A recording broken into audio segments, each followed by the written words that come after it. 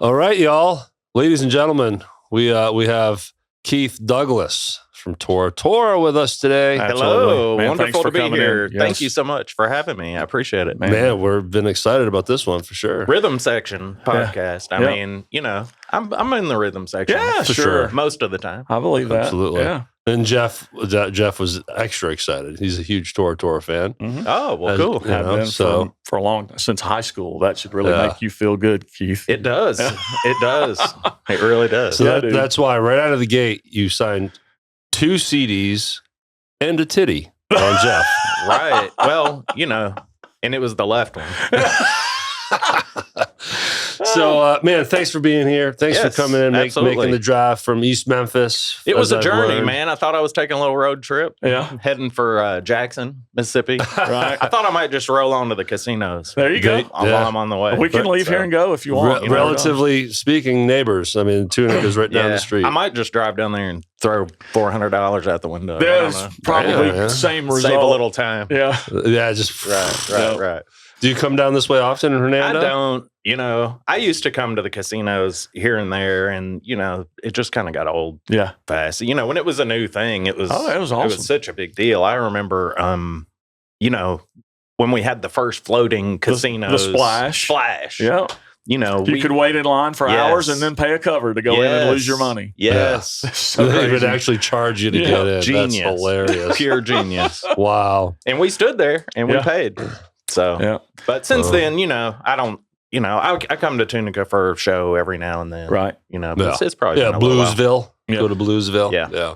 I'm a poker guy. I love to play Texas Hold'em. So I just went to Las Vegas for the World Series of Poker. Sweet. Yeah, it was fun. How'd you do? I didn't play in the big tournament. A friend of mine did, and I staked her half. We went in halves. It was only a $1,500 entry for this tournament. It wasn't the big one. But she lasted 8 hours and got put out. So okay. The way you word that. You got nothing. She got put down. 8 hours and $1,500, and you get nothing. Well, it only takes one hand. Yeah. Right? Yeah. So I don't know. I would never have the guts to sit down at a casino and play poker. Yeah. I don't think. I used to do online. Yeah, I'm just not good at it at all. But, look, Keith Douglas, Tora, lead guitar player. Man, Tora, for anyone that is listening to this that's not around Memphis. Right. Tora is, one of the, I would say the biggest name of Memphis, right? I use Legendary. Yeah, I don't know. I don't know about all that. I love it, man. Well, that's what John told us to say. John said yes. Oh, yeah. Okay. John Patterson, extraordinary, legendary drummer. Yes. Right. Yes. He said he was the best looking, the smartest. He did.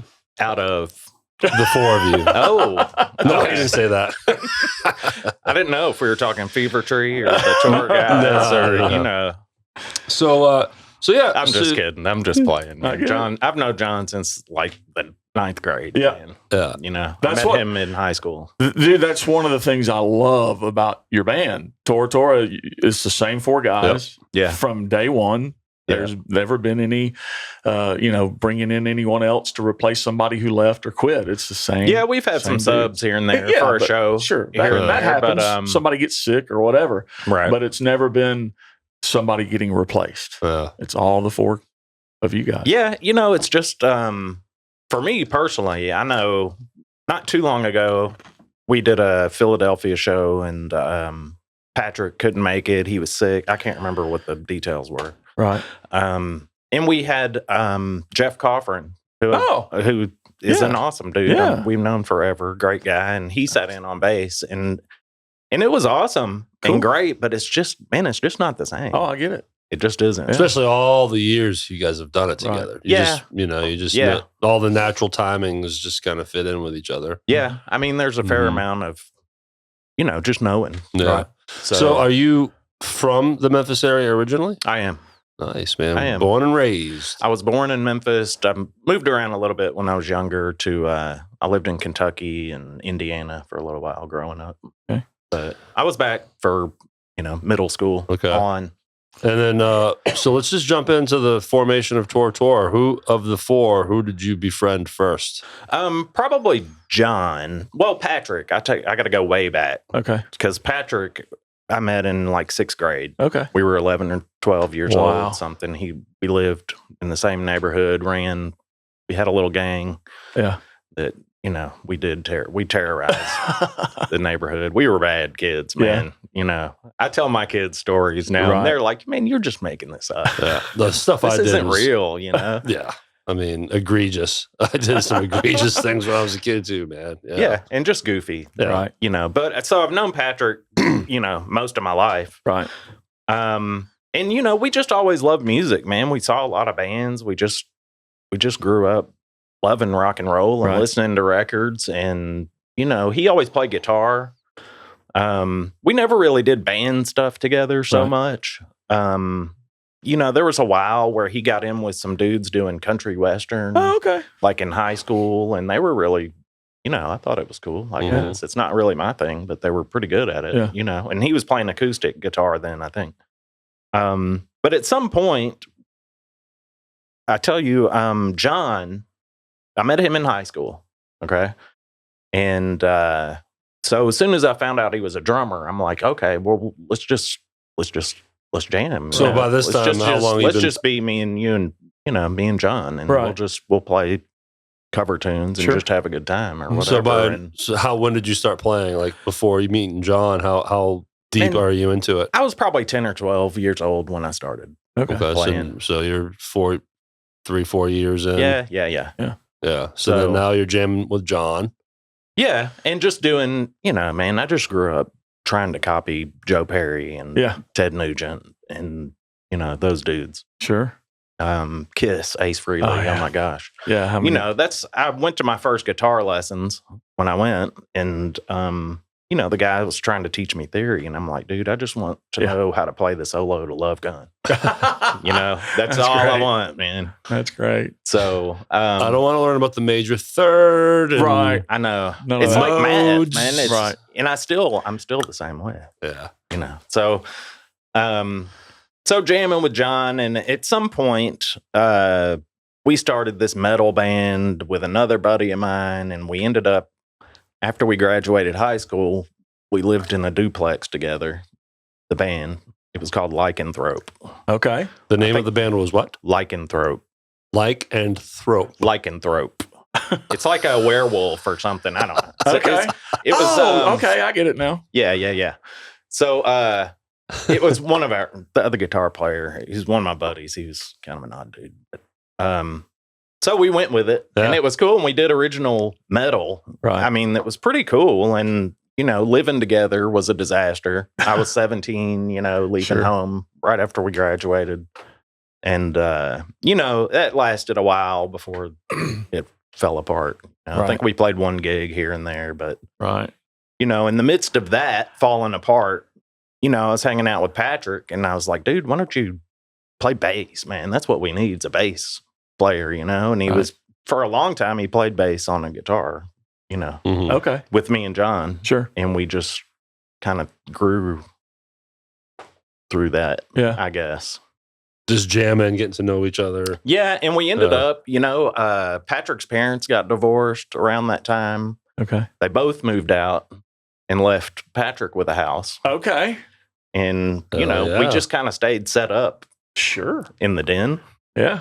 And we had a lot of parties. That's great. And, that's when we started building our following. And that's where our name came from. A friend of ours at one of those parties had a list of names on a piece of paper. Okay. And we just said, okay, we'll take that. It's actually a song title it's a Van Halen song title, right? It is. Yeah. I went on the website and read that. I didn't know there was a Van Halen song called Tora Tora. Yeah, it's like a little, it's just this little intro part. Okay. It's on Women and Children First, Okay. which is my favorite Van Halen record. Gotcha. But so do you guys start writing, the three of you, just jamming and writing riffs? Well, originally we were playing all cover tunes and stuff, trying to play Iron Maiden and just shit we couldn't play. I've seen posts from Patrick. Am I allowed to say whatever? Absolutely. Do it up, though. Dude, it's way worse than that's going on this podcast. Okay. But yeah, I've seen posts from Patrick. He's a huge Iron Maiden fan. Yeah. Me too. Are you? Yeah. Okay. Yeah. I don't get to see posts from you on social media because you're not there.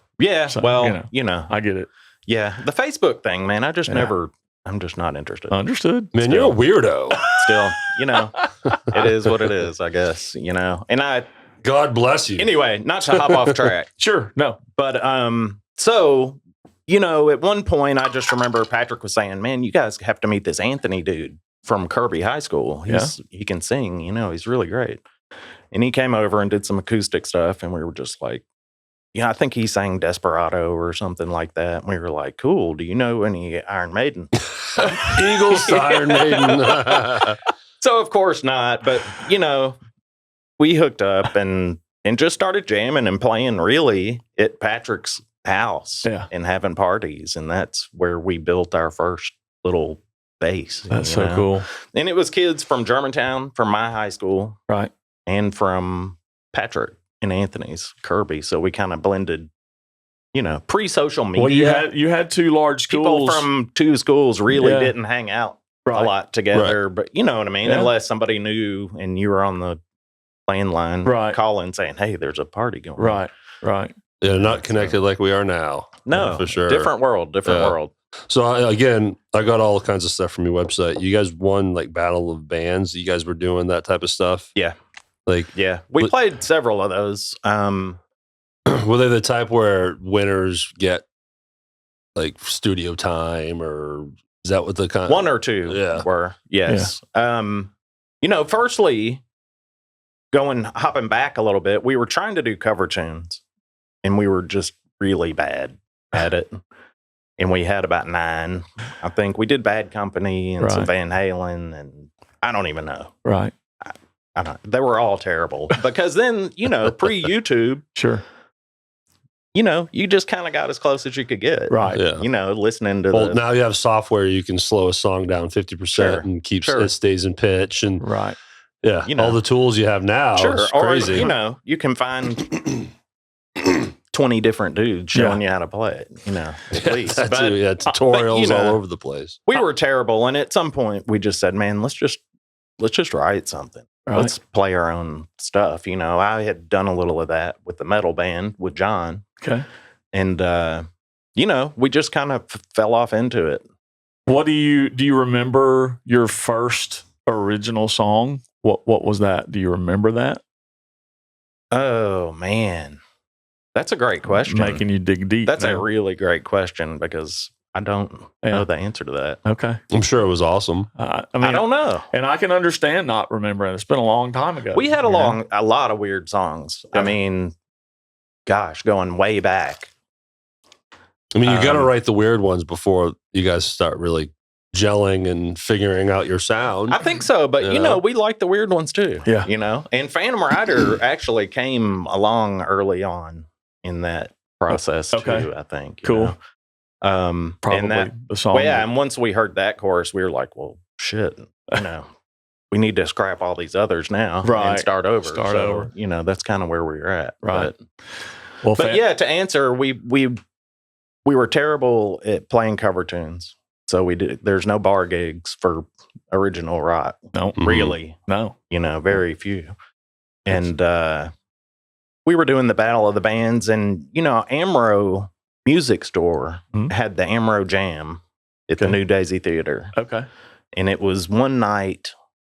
It was like a Tuesday night every first Tuesday of the month or something like that. And it was an oddball night. Right. And it was all bands, and you got to get up and play 3 songs. And, the rest of the bands were pretty much the audience. But so many people showed that it became like its own little community, and it's a great way to showcase. Yeah. And, and eventually more people kind of quit playing Rush songs at that and would slide in their own, and we were playing all original stuff. And then, after a while, it was all original bands, It's not like it was our idea or anything. It just kind of morphed into that. Right. And it kind of built in a scene. Right. And we're talking early 80s right now, right? This was probably about 87. Okay. Oh, okay. 86, 87. Mm-hmm. Wow, because things really start firing for you guys in '89. I see that's when your debut album, Surprise Attack, with A&M Records was '89. Right. So that's quite the. So it happened The pretty, lead- pretty fast. So we were doing the contest. Like at one, we'd win a guitar or something, and another time we won like a recording session at Sun Studios, which was very cool. Hell yeah. Sure. Because this was before it was really a museum. Right. It was still being used in the 80s. Nice. Weird. It was so bizarre. And we went in at like 5 or 6 in the evening, and they left us with like a night guy. We spent the night in there, which was a trip. Cool. Wow. You know, recording. That is cool. We actually recorded the song To Rock to Roll, Okay. which is on our first independent release. Yep. Which was before. That was Surprise Attack. To Rock to Roll. Yep. That was before Surprise Attack. Yeah. It was a 5-song EP cassette that we put together and recorded at oddball places. And one of them was at Sun Records? Yeah. Dude, that's awesome. That is Yeah. cool. Hopefully you've archived that EP. Oh, yeah. Yeah. Yeah. Yeah. Great I mean, stuff. it's around, we printed 1,000, and, you know, just recently I've got a handful of them. Yeah. You know, I've honestly, I hate to admit this, but I have not heard that cassette. it's okay. It's And- not, it doesn't but- sound good at all. Well, as It's a fan of terrible. the band, I feel like I should have. No doubt. But for sought us, that out and I done it. mean, we just come on, wanted, man. Step But it up. But I have heard of it. Yeah. I mean, I've heard all about it. You know, Mhm. it's one of those things that kind of just in the background that people talk about. But like you said, 1,000 copies, it's not really over the years really readily available. no. So Not at all. And but what was really cool, you know, I had them. We were driving around to the local record stores, to Pop Tunes and you know whatever was in the mall, right, and you know we'd drop off 10, 15 here, and at the same time, on I think it was Rock 98 or 93, I can't remember the I don't things, remember but it either. was Malcolm Riker. It was Okay. out of West Memphis, Mhm. and he started a locals show, and that kind of picked up steam along with the Amro jams, and you know then people were into you know new Memphis bands. Sure. I mean, this is a cool thing, you know, and everybody was real supportive of each other, and you know you could go and see a band in a packed out Daisy, man, Mhm. like all the time. I've been there many times. Yeah, and I saw you guys there. I've seen Roxy Blue there, and you know so many of the local bands at the Daisy. It was a great place to go see live but shows. you know it just kind of all came together, and with that cassette, you know, and Malcolm Riker started spinning Malcolm Riker, sorry, Mhm. started playing Phantom Rider, and you know, Yeah. and then all of a sudden, next thing we knew, it was on the radio like 9 times a day. Took And we're like off. going, holy shit. And is that what connected you to the eventual deal? Pretty much, you know, and then people were going looking for our little cassette or whatever. And it just kind of created a whole, you know, Right. just a buzz, I guess, about Now- the band. And What was the? I wish it was still like that.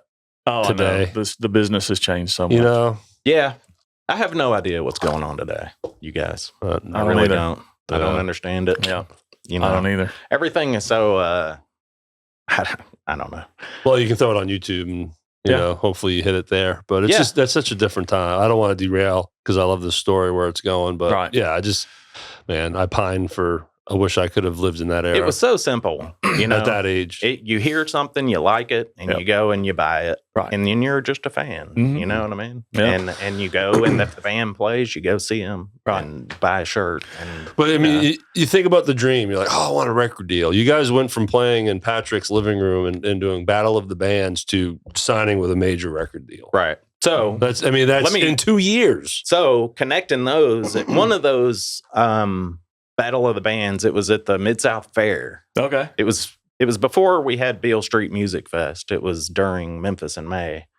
Cotton Carnival Mhm. at the fairgrounds, and that was where the big stage was set up. And I saw Cheap Trick and all killer rock bands. Mhm. Right. So they had this Battle of the Bands that ran the whole week, you know, and people voted.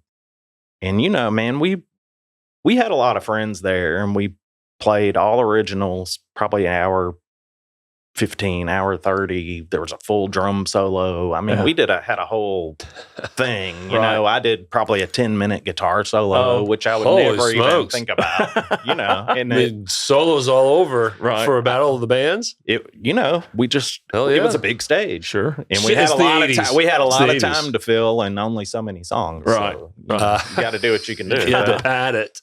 So we also campaigned pretty hard through that week, right? Getting people to vote. I mean, we stood at the thing where you voted and said, "Hey, man, just here, check this box and just put it in there, and whatever, some kind of way." I'm sure that helped a lot. Yeah, but we won it, and one of the prizes was time at Ardent. Oh yeah, and we went in on a Sunday. Of course, when you win those, it's always off hours. You know, when they're not using it, and that's where we met Paul Ebersold. Yeah. And we recorded Phantom Rider with that. And it was such a good version. It was so much better than our cassette version. Right. That he was like, hey, man, you know, Ardent is starting to think about doing these production deals. Let me talk to him. And, you know, and the next thing they were like, yeah, you guys come in and, you know, we'll let you record. And we were just fired up because the quality was so freaking awesome. Sure. You know what I mean? We had everything at our disposal. Right. You know, for free. Yeah. And we were like, man, just so. How many hours did you get? Like just one full day or? Well, to do that song. But then, you know, once we started talking to him and got to know Paul and John Fry and all those people, and they offered us a developmental production deal. I don't really remember what they called it, but it was a deal. You know, you sign off a little bit of your publishing for them to go out. Right. You know, shop your great sounding demos. Yeah. You give them some skin in the game. Yeah. Right. Yeah. And, you know, the next thing we knew, you know, Jody Stevens from Big Star at Ardent, he was the one out, you know, shopping our stuff to folks in New York and LA. And next thing we knew, we had reps from all over. That's awesome. Coming in. And, you know, and we were just having a great time, man. We just were into like free drinks and dinners. And were you guys having those conversations with each other? Like, can you guys believe this is happening? Like, was it happening so fast that you kind of it was surreal? You know, I don't think we ever really stopped to think about it until I do remember one time specifically, Patrick and I were sitting in the back of our tour bus and just said, dude, isn't this wild?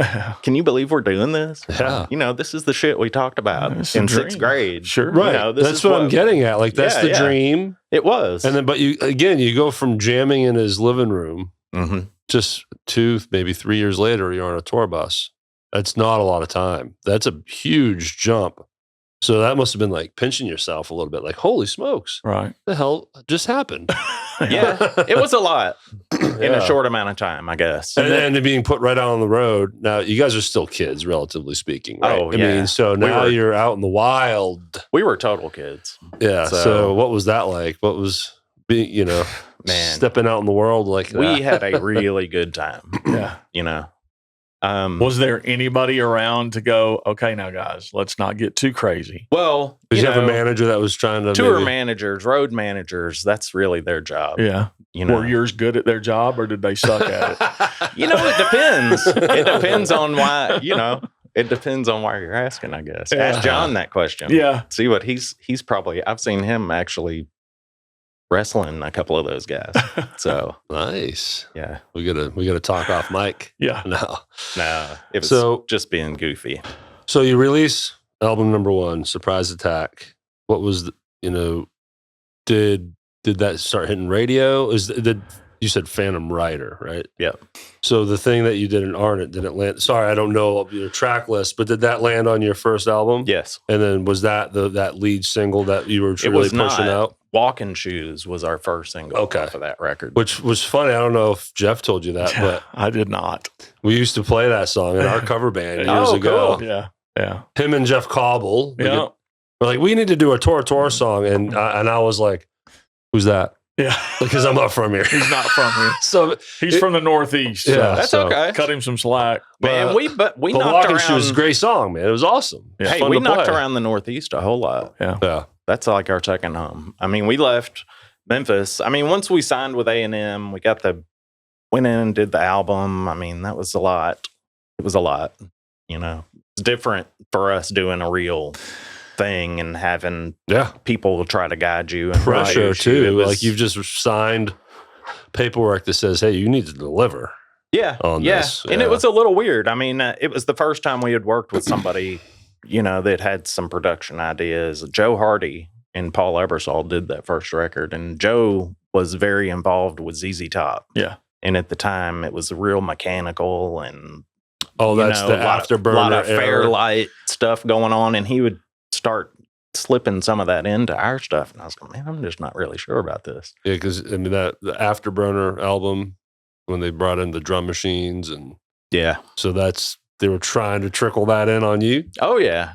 I mean, at the time, it was just huge, badass new technology. You know, there's a big machine they called a Fairlight. It's a huge computer, like size of this room. You know, right. And now you can do it all of that on your phone. Yeah, I'm sure. Crazy. I'm sure. But you know, so it was an odd time, and it's a cool record. I mean, it's a great snapshot of where we were, and I mean, just learning and new experiences, and you know, hopping out on the road. Man, we jumped in a van and went to New York. Our managers, they came to Memphis. We had several management companies coming through, and you know, more free dinners and drinks and whatever, which is what we really enjoyed. Sure. And schmoozing you. Hey, man. Right? Absolutely. That's so backwards now. Now people are trying their best to get record companies to pay attention to them. Yeah, right. So that's cool. So did you finally landed on a management company? We did, and they it's two brothers. It was actually three guys. Two of them were brothers who owned L'Amour's, which was a huge rock club in Brooklyn. Okay. Like the most famous, you know, tons of people, everybody's played there. Okay. You know, in New York. And we kind of got thrown right into that. And that was our rehearsal place. You know, they had us living in these people's basement, and it was culture shock, man. Right. I bet. But we would, from Memphis, you know, to get us ready to go, you know, they would have us going. That was kind of our home base. And we would drive to these weird towns in Pennsylvania somewhere and play for two people. Right. You know, and our manager would be sitting there eating a hamburger going, what's the name of your record? You know, where are you from? You know what I mean? Trying to just get our, just trying to put your show together. To teach you how to promote yourself. Yeah, exactly. So, you know, that was a real learning experience. And we played a ton of gigs, man. Yeah. And it was nuts, man. We would drive to Boston, play a gig, get finished at 1 a.m., get in a van and drive back to Brooklyn. You know, it's terrible. But, you know, we managed. When you're young, you can do that kind of stuff. So, and Derek and I have always said it, that the music business is not nearly as glamorous as people think it is. Oh, man. You know? No. Yeah, it's a lot of work. Oh, yeah. And, you know, we probably paid, you know, our dues probably are peanuts compared to what a lot of guys do. Yeah. You know, or have done. So, right. So how long did you all hang out in New York? You know, we were there. I don't know how long we were staying there, but we hopped on some other tours and just opening up. Yeah. Who were you opening up for at this point? At that point, we were doing some shows with Kicks in the Northeast. They were really, really cool guys. I can't really think, man. There were just a ton of bands that popped out at that time. You know, MTV started a thing about the time our first single came out. And in the afternoons, it was like a call in and vote kind of thing, dial MTV, whatever. And we ended up like in the top 5 in that. And that was a huge boost. And, you know, we would jump out with other bands from the same, like Dangerous Toys and, you know, all those kind of era guys. And it was a very cool time. Did you guys ever do any shows with Danger? No. But they've been on these Monsters of Rock cruises. Yeah. I like they're good band. Ted Poley is always on. Yeah. And he's an amazing vocalist too. I love his stuff. Yeah. But talking about Surprise Attack, I got to say this. I've often said that, in my opinion, the album artwork on Surprise Attack might be the best ever. And that's saying something because there's been a lot of great album covers over the years. Best ever in the Period. history of music. Period. Man, That's a big- bold statement. I man. love That's a really bold statement. That is so killer. Well, is it tattooed on you anyway? I don't have a tattoo. No. Well, then you- maybe I need to get one. I don't Dude, like you're not the big That's- fan like you say. You don't have the tattoo. You've never heard their independent release. All right. Come on. I know. I'm Right. slacking. I'm slacking. Sorry. And you never heard. I never heard that. doing the cover tune. So Yeah. It was like just another cover tune for me. yeah, And No, it was awesome. It was fun. Yeah. Fun song to play. And now I'm going to make another bold statement. uh-oh. We're going to move on to Wild America. Do it.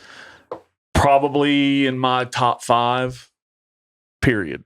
1992. Wild America is an amazing record. Awesome. Thank you I for saying freaking that. Is it the best love- record in the world of history of music? It's the best record we ever made. Oh, did you feel like that was like your gem? Yeah. Personally, I love yes. it. I think every song on the album is awesome. And it's just a great record. Well, thank you for saying that. I love hearing that. That's the one I feel like we kind of, we're finally to where we were trying to get. Yeah. And that album from top to bottom, Surprise Attack, I love too, for what it is. Right. But to me, it kind of takes some curves and twists. To me, Wild America was just, it still stands up today. I think it's a I great agree. sounding record. And I can hear a level of maturity Yeah. from Surprise Attack to Wild America. Oh, yeah. It's just obvious that you guys had been on the road. Mhm. You'd paid your dues. You had done your thing. You and- experienced the studio already. yeah. Yeah. Right. So Man, that probably wasn't as weird, scary place like it was the first time. Yeah, right? sure. Exactly. And, we started that with John Hampton from Ardent. And it kind of, I don't know that the label was loving what he was doing. And they pulled him off to do the Gin Blossoms. Okay. And that was a huge record. So I'm Mhm. sure he was glad that's what happened. But they brought in this guy. It was a massive record. It was, You can't I remember. deny it. Yeah, no kidding. Yeah. But they brought in this guy, Sir Arthur Payson. Okay. And from LA or New York, I don't know where he was a trip, man. Weird dude. That's But a I tell you, Pretty man, cool name. well, if you call yourself Sir, You sure he wasn't from England? Hey, man, that's a pretty cool power move. I'm going to start actually using that. I'm going to call myself Sir Keith. Sir Keith. Yeah. But that guy, man, he worked with Desmond Child, who at the time was writing every hit song for everybody that there was. Yeah. And he was, he was the engineer guy for that guy. So, he just felt like it was his way or the highway. And he made things hard, man. And this He really- this is for album number 2. Yeah. And So that's the one, there was a difficult situation within that There's a album. lot of, what's great about him is he knew how to bring it out, but he would just work you to death. Yeah. Take after take after take after Yeah. take. I was cutting acoustic after 2 cuts on this. He'd like change the strings. I can hear the difference. And I'm like, man, you're out of your mind. Oh. You got to be kidding me. It's crazy. Oh man. So, I wish I had ears like that. at the end of the day, when we heard the record mixed, Mhm. we all just like stopped what we were doing and we were like, holy shit, Yeah. man, that sounds great, man. He does know what he's doing. Yeah. So did that album push you out further? Now I see the year 1992. We all know what's going on. Yep. What did the second album do for you? Or what? Sales wise, Oh no, just the push. Was it another level of push, bigger shows, bigger opening slots, or headlining, or was it happening at that time where now grunge was coming in and things were getting weird. Yeah, Yeah. so It's Yeah. really odd, on our first album, we had kind of like that immediate push with the MTV stuff. Yep. because we're talking 89, Mhm. so we're still in the heart of Yeah. that. And that at one era. time, we were with LA Guns and Dangerous Toys, and we were doing a thing at a record store. And it was really cool because the 3 of us were like in the top 10. Yeah. Mm, You know what I mean? yeah. So it was a great time, man. Sure. And we had a blast. Just, it was a great first taste of all Yeah. that. And then we took a while to do Wild America. Then it comes out and we did man, we did tours. We played a lot of oddballs. Forgive me, I get them mixed up with, you know, who toured with who. We did the deal with Joe Satriani for a while. We ended up at a point, we changed management to Bill Graham management out of San Francisco. So we were hooked up on some different things, but we played probably more on that album, just headlining clubs. Yeah. Okay. So like but a good club circuit. Yeah. Selling tickets. Selling great tickets. Awesome. That's great. Yeah. We were doing killer all over. And it also, man, by the time we got off that tour, man, we were probably the tightest we'd ever been. I believe John we could do it in our sleep. Yeah, when we interviewed John Patterson, he said the same thing. That's what we call it. It was just autopilot. Ready to go. You know? Yeah. And it was just there. And that's when we really got really good, I think. I always think about Wild America, and I think had that album come out in 90, what would it have done? Yeah. Because I think it would have been freaking huge. Well, you know. And it was still, I'm not saying it wasn't a big record. It was, but we all know things were slowing down. Oh, Well, 92 was, that was the death year. It sold, you know, Wild America probably sold 250 or 300,000 or something like that. I don't really know. It wasn't close to what the first one did. Right. Oh, so how many units for the first album? Well, that's a whole nother story. If you want to go there, sure. We can bounce around. I'm fascinated by all of this. Well, we were rolling, man. I mean, it was like we were selling tons. And did it go gold? Well, we were on the way. Okay, and it probably has since. But you know, we were every town we were in. Just about we were doing an in-store and a record store. And at some point in that tour, we started hearing people say, "Hey, man, we can't find your record," you know? And then it was, well, that's weird, you know? And then another guy says it. And then everywhere you go, people are going, well, where are we supposed to buy it? Oh, that you don't want to hear that. And then I know, right? And we're going, what do you mean? Right. And we find out that the distribution, our label was changing distribution. So they actually pulled our albums off the shelf and boxed them back up and returned them. So, you know, at the height. Sure. Of our sales, this went down. You know what I mean? That's not good for them.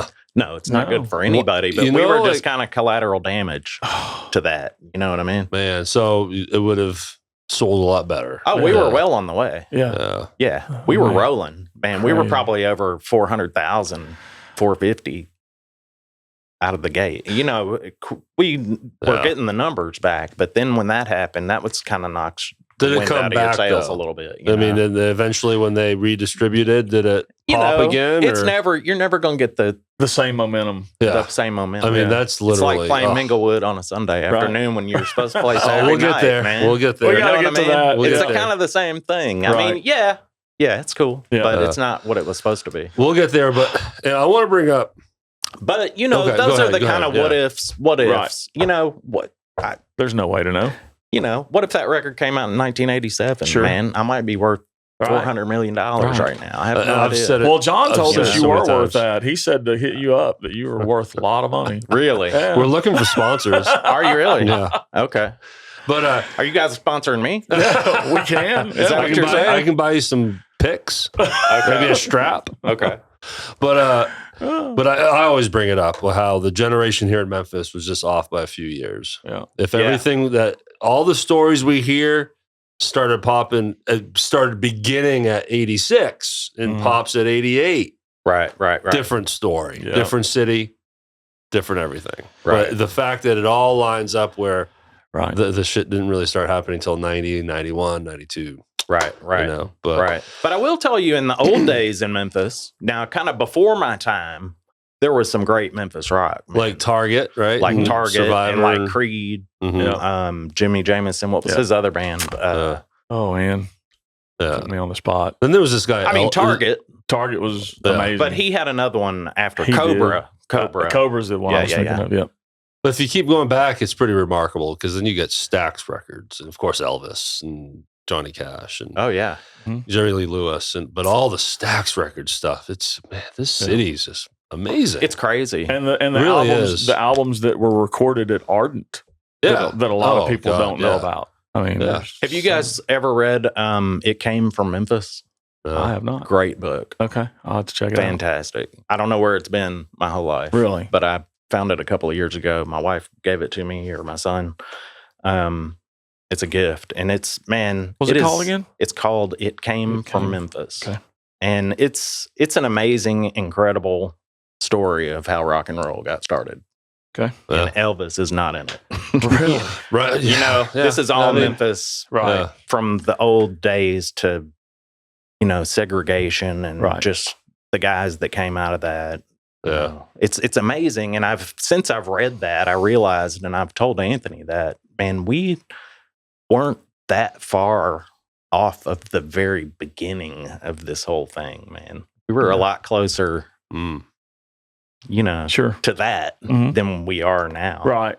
You know, I know what you're saying. So it's a trip, man. That's a great read, though. It'll blow your mind. Yeah. I'm sure there's so many names in that thing. It's unbelievable. The Memphis Horns, these guys, we worked with them and did a couple of shows with them, and they were so incredibly amazing. So you actually did live shows with them? We did. They did. Cool. They played with us a time or two. We played Mud Island once. We sold out Mud Island. That's probably our biggest Memphis gig we ever had, man. We came back in town, sold out Mud Island, and I think they were with us there, or it was at the next show, one or the other. But, just to have them on stage with us, and they were just such big fans and supporters of ours, They had us to their thing. There was like a Memphis Horn celebration at the Pyramid, and they had all these guest musicians come in, because those dudes, man, you look what they've played on. Yeah. That'll blow your mind. Yeah. Quite the resume. So they had us right in the middle of it, playing, and I can just remember Rufus Thomas backstage, and he was going, we don't need no heavy metal bands. What are these long-haired white boys doing up in here? That's funny. Yeah, it was awesome. That's great. It was great. So I'm gonna shift gears a little bit, and I hope this doesn't depress you. But I think it's interesting because people don't understand how the record business works, and I certainly don't either. But there's a thing where they will shelf your album. Yes. Right. So album there. number 3, Been there. right. Done it. Album number 3, Revolution Day, 1994, and they shelve it. Now, what that means is they just don't release it. Correct. And it's typically because of record deal negotiations, whatever. Right. But it's such a shitty thing because you put your heart into making an album and then you can't do anything with the music. So I'm interested to get perspective on someone that had to live through that. Well, so what was going on is obviously, I'm sure the change of music has something to do with this, and that now they care less about your style of music, and your bands are now not the stars of the labels anymore. Right. So how did that go down for you? Well, things change always, of course. And I can remember sitting with our manager at a hotel in Memphis, and he was like, I want you guys to see, and the Nirvana video was on, and he was like, this is what's happening. Right. You know what I mean? Totally different. Just heads up, this is coming. But, you just kind of get little clues, our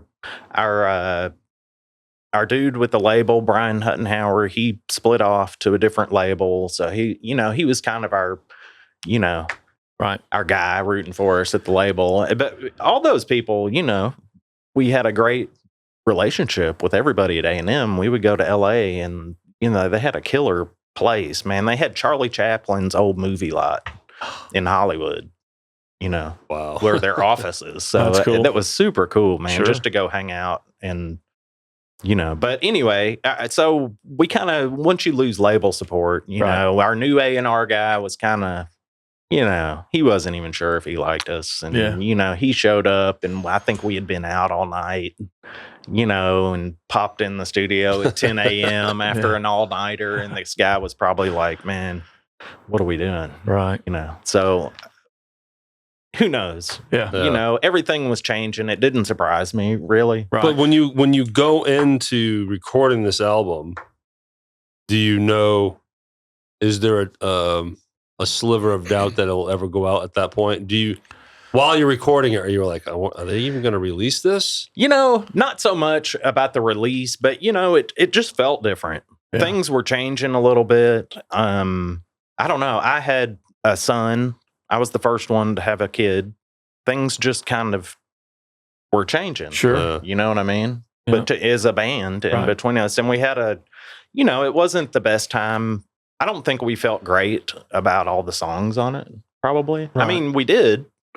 And there's still some there's some great songs on there, but it just it just didn't really feel the same. I guess. The album took on a life of its own, because I remember, as a fan of Tora Tora back then, there was a buzz about Revolution Day. Mm-hmm. I'd heard of the album. I'd heard that it probably wasn't going to be released. Yeah. And all fans of the band were just like, well, that really sucks. I want this music. Mm-hmm. Right. And then, thank goodness, it was just a few years ago that we all had access to it. So.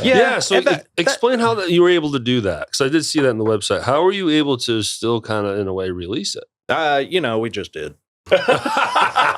So you don't have the masters, do you? No. But you were able to, there's ways, right? There's ways. Yeah. Hell yeah. And, who cares? Right. I mean, if they didn't care enough about it then, I don't really see anybody hunting me down. And no one noticed? No, you didn't get any lawsuits flying your way? Come on, man. And that's what I told I can remember telling those guys. It's not like we're going to sell 1 million copies, man. Nobody. Yeah.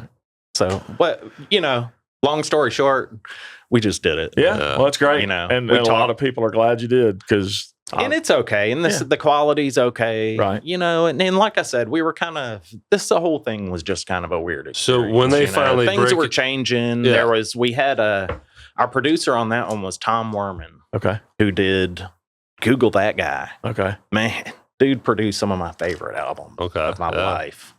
And huge albums. And what, when I started hearing back what he was getting of our songs, right, I was just super disappointed, man. It was not what I was expecting. Sure. And I don't know. And then things just got weird. There was a lot of, he was going out all night. It was just, it just kind of got into a weird kind of session. Right. I don't know. But it was 1994. It was a damn weird time. It was a weird time. And then, at the same time, we've got other things creeping in. Music's going a different direction. We have different things happening in our personal lives. Right. And it was just a different record, Yeah. So when the record label tells you all, we're shelving it, we're not releasing it, I don't even know that they told us. Oh, so there you go. Yeah. It's not surprising. But was it not quite as devastating for you and you guys, because you kind of felt it coming? You just knew shit was changing. Yeah. And, I can remember just, our management was just calling a little less often, and they've, you can just kind of tell. Yep. I mean, when they start losing interest, and I can remember the guy saying, well, I'm not even sure they're going to release this. Right. And I was like, one surefire way to see there's a difference is to turn on MTV and see nothing but fucking Seattle guys playing their shit and breaking guitars over things. But don't be an old man. Listen, man. Going up the clouds. I know. I do it all the time. But really, you look back at some of those bands and it really needed killing, man. It's the same thing he says. Come on, man. Some of that. Listen, I got to tell you, there are bands I like from that era, and the rest of them I really do not like. I'm sure there was a lot that bands like yourselves in real time were like, fuck those guys. Like, making us look bad. Right? I'm sure there was some cheesiness out there that even the bands within that era were like, come on, really? Right. You're making us all look like clowns, because they really got so cookie cutter. Some of it was. So hairspray. I know, but, I mean, we did it too. I mean, you get to a point, at those times, man, record companies did, if it works, that's what we're doing. Sure. They sold 500,000 records, we're going to do that. Yeah. And if it means you putting on a pair of leather pants, you're going to do it. But there was a lot of fluff going on there. Oh yeah. But you could. Even then, I could tell bands that were talented and bands that were not. Right. Exactly. That's what I'm saying. I saw Poison open for somebody, and I was like, man, those dudes can't play. Man. Right. Right. Oh God, I can't. I didn't really say that. We can. We can fix that if we need Now, to. it was one of them in particular, but was the drummer. So sorry. Yeah. I wonder which one. Yeah, right. Ricky Rackman. Ricky Rocket. Ricky Rackman. Rocket. No, Ricky Rackman He was the the MTV guy. That's the DJ. guy, right? Yeah. Who also got crushed because of the grunge, right? Right. He tried to change up, cut his hair. Oh yeah. Anyways, so man, enough depressing record label talk, right? But it's cool. You know, man, things just change. They do. You know, They and do. I put myself in a place of other, generations. And it is old man yelling at the cloud kind of stuff. I mean, But I'm happy to do it. But a lot of those, man, I will tell you, there's a sound from that era in those bands I can't take. Yeah. And they still, it's that super dated, homogenous, gross guitar sound. Very over produced. Yes. Of what era? Just from back in the day? Yeah. I know exactly what you're talking And it's, about. it's funny now because we play the things like the Monsters of Rock Cruise or, these other festivals that are mostly those era bands. And, man, some of them I'm like, dude, I can't believe y'all are still doing this. Yeah. Really? Right. With a straight face. Come on. With a straight face. Come on. Well, Okay. And that's just, I want to shift gears to Minglewood. Yep. Got to shift to Minglewood. And we have another layer to add to this story. And we've talked about it before in past intros and interviews because we had Matt Montgomery in here. And so Tora Tora plays Minglewood. Our friends Fever Tree are opening up for y'all. Yeah. And Fever Tree does what they do. They kicked ass, great set, and then powers goes out. They did. And I will say right now, I think those dudes are badass. They are amazing. Super talented, we love man, them. all the way around. To the very present as we Great record song. this, we were, eventually going to get to that moment of the story, and the power drops on us here in the studio Today. Like, so hopefully Alex works some magic on the editing because without me announcing it, hopefully you would have never known that happened. And it's never happened in the history of me having the studio. Do you owe money to It's MLG me, man. It's me. They've been following me That's around. what I'm talking about. Dude, they're nickel diamonding me. to death, So we man. sat here in the dark for like, I only came here because my power was out.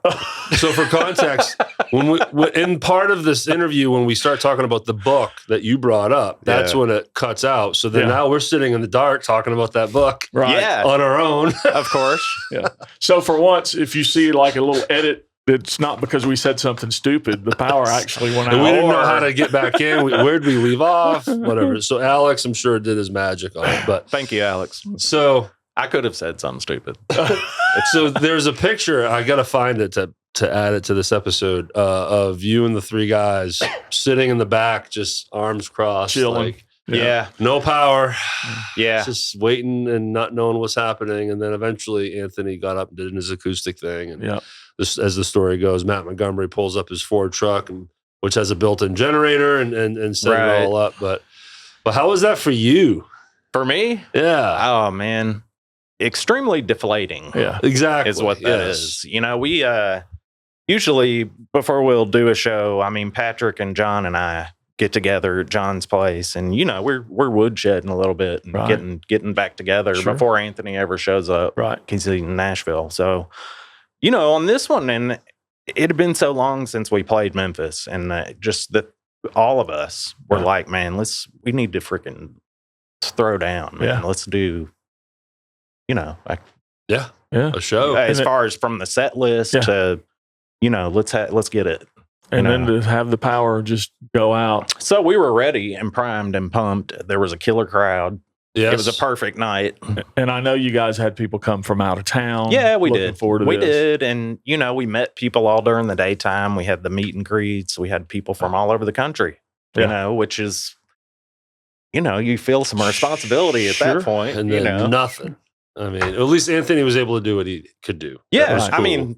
Which created a great moment. It just sucks for you and the other two that couldn't be a part of it. Right. It did, but thank goodness he was able to do that. Yeah. I mean, I don't know that a lot of people could have pulled that off. He pulled it off amazingly. He did. He's just killer. At what he does. It became a really great moment. Yeah. And from myself, pumped to see you guys play. I'd obviously never seen y'all play. And as I'm getting to know the band and I got to know John and just everything, because of this podcast, learning about the music scene back in the day, I was so pumped to see you guys too. Not quite the letdown for me like it was for you. So I was like, oh, that sucks. Well, then the next day you guys put it out there. Hey, look, free show. Right. Minglewood, 5:00. It was a Sunday. Yeah. Come on down. Yeah. I was like, sweet. I still got to see you guys play. And so, luckily it worked out. We were so a show. excited that you were doing it Sunday at 5 because this is what we do on Sundays. Oh, right. So we got here and I'm like, hey, dude, as soon as we're done here, we're headed there. Yeah. And we came to see it and we loved it. It was awesome. It was fun. I mean, we were so grateful that we were able to do that.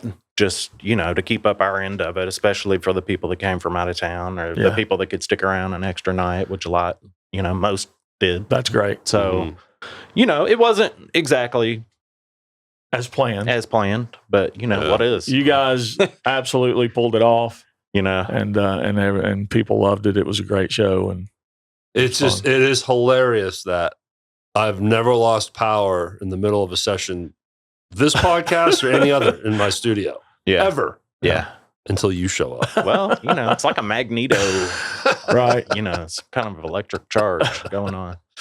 I don't know. So, you did this cool 20th anniversary concert at Newbies in 2008 that I got off your website. Ooh. Yeah. Do you have any memories of that? Yes, I do. What was, because from what I read, it was successful, sold out, and was kind of a big deal. That was the first gig we had played in 14 years.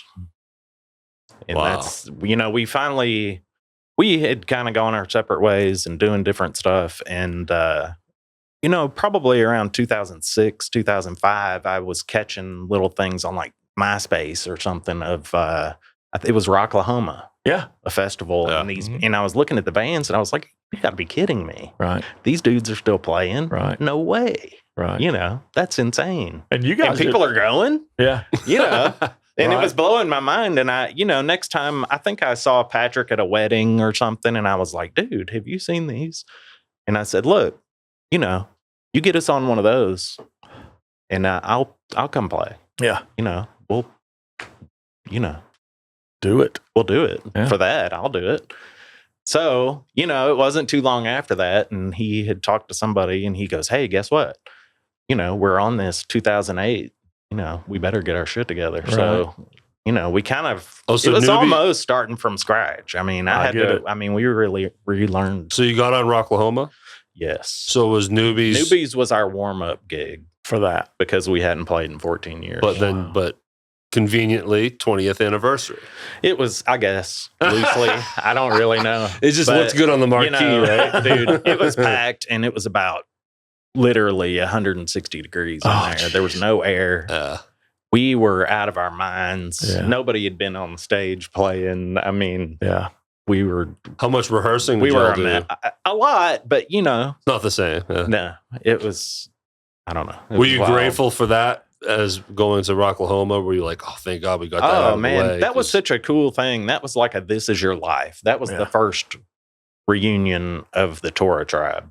Yeah. You know what I mean? In years, fans and people just showing up with homemade T-shirts. And, the place was, God, we probably played 2.5 hours or something. Anthony, I think he set the record, man, for Tim Dills recorded that show for us. Okay. Really? And man, it's hard to listen to, man. It's rough, but man, we were all so excited. Right.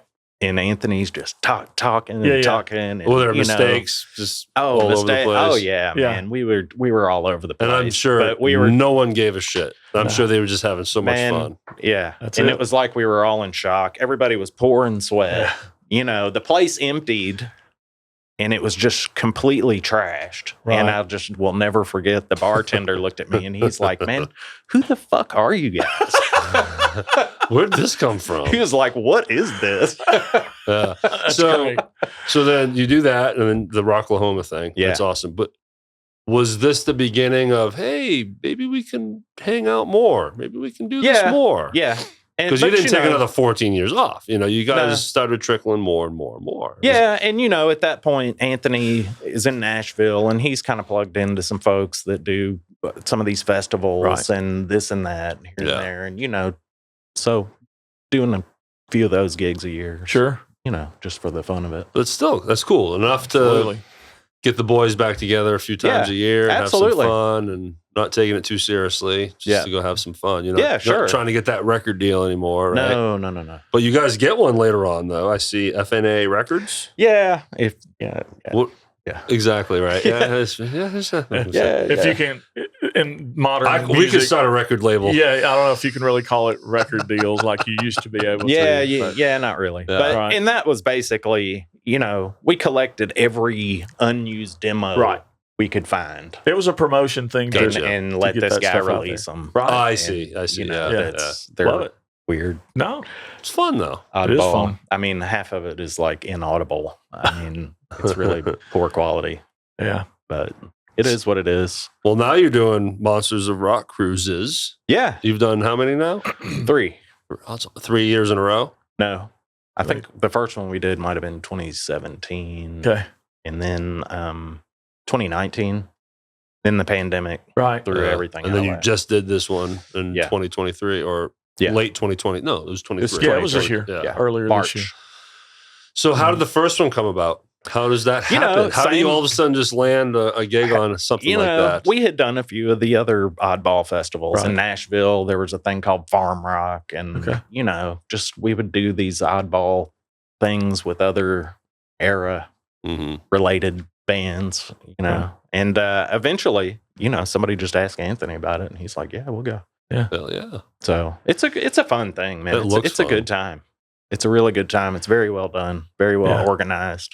And Yeah. it must be a time for all the bands to reconnect because, through all these years touring together, I and just know. the whole scene. It's a trip, man. I just on this last one, I was walking down the hallway in the bottom of the ship, and I run across Jason McMaster from Dangerous Toys, and I'm Uh-huh. like, dude, can you believe we're still playing this same bullshit? I think It double never- billing with I mean, Dangerous just Toys and think, Tora man, Tora. Let's do 35 it. years ago, Yeah. It's when crazy. we were knocking around. Yep. Nobody would ever thought that. So Like it's just funny, but it's crazy and cool at the same time. Sure. And the people that go on those cruises are such fans, Mhm. man. Well, it's a commitment like to make. It's a big family almost. It's a big time and money commitment. So the purists are going to be there, right? Yeah, absolutely. And a lot of people are repeat. Yeah. They go. But it's for a band. I mean, it's great. You play twice.